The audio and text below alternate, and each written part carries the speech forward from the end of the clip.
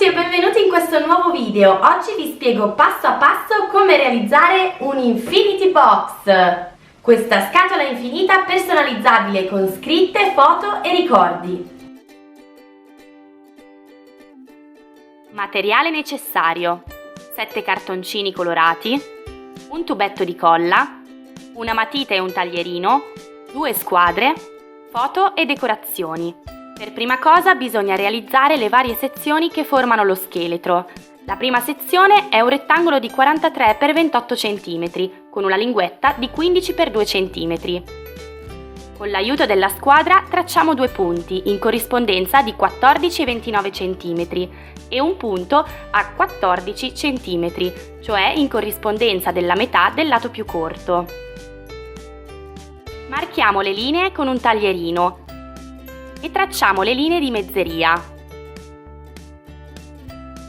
Pieghiamo seguendo le linee guida e infine tagliamo le 2 linee. La seconda sezione è di 40 x 26 cm con una linguetta di 14 x 2 cm.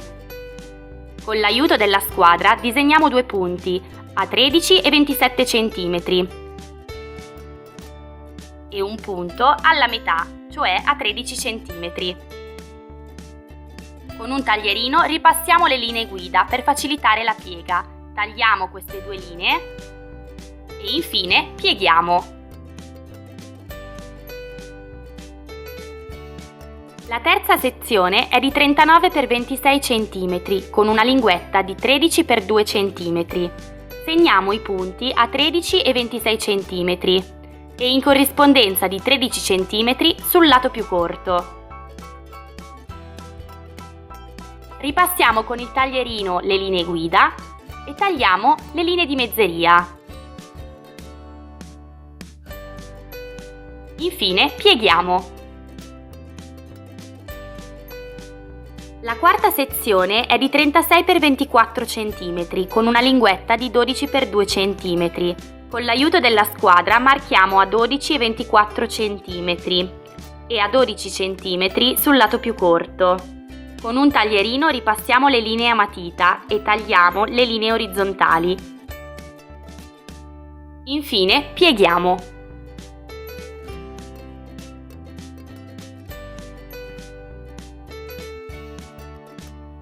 La quinta sezione è di 33 x 22 cm con una linguetta di 11 x 2 cm. Segniamo 2 punti a 11 e 22 cm e un punto in corrispondenza di 11 cm sul lato più corto. Con il taglierino marchiamo le linee verticali e tagliamo quelle di mezzeria. Infine pieghiamo. Ora capite perché questa scatola si chiama infinita? La sesta sezione è di 30 x 20 cm con una linguetta di 10 x 2 cm. Con l'aiuto della squadra segniamo i punti a 10 e 20 cm e un punto in corrispondenza di 10 cm sul lato più corto. Con il taglierino marchiamo le linee verticali e tagliamo quelle di mezzeria. Infine pieghiamo.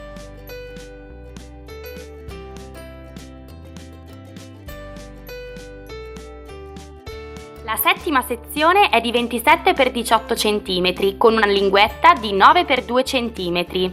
Segniamo 2 punti a 9 e 18 cm e un punto sul lato più corto in corrispondenza di 9 cm. Marchiamo le linee verticali e tagliamo quelle orizzontali.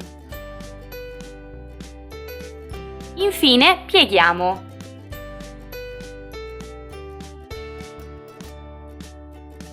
Io in totale ho realizzato 7 sezioni, ma volendo se ne possono aggiungere infinite.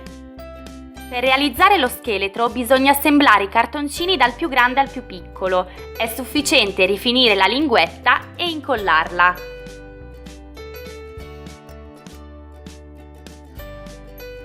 Ripetete l'operazione fino all'ultimo cartoncino.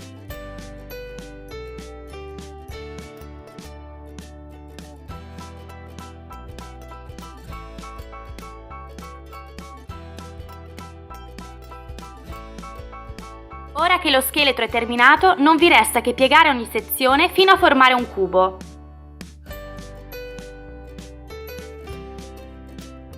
Realizziamo il coperchio della scatola servendoci di un quadrato di 21 x 21 cm. Aiutandoci con la squadra segniamo 2 punti in corrispondenza di 3 e di 19 cm. Ripetiamo l'operazione su tutti e 4 i lati. Tracciamo le linee corrispondenti fino ad ottenere questa sorta di griglia. Tagliamo le 4 linee evidenziate in bianco, pieghiamo e incolliamo.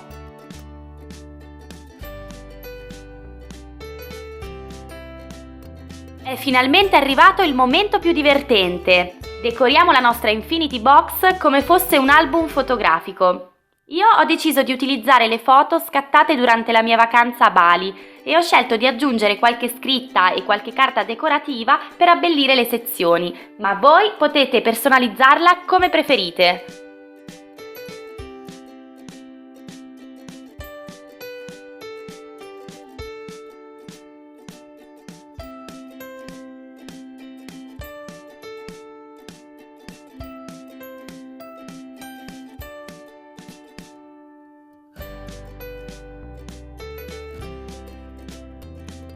La nostra Infinity Box è completata. Per realizzarla bisogna armarsi di tempo e pazienza, ma il risultato finale è eccezionale. È un'ottima idea regalo fai da te.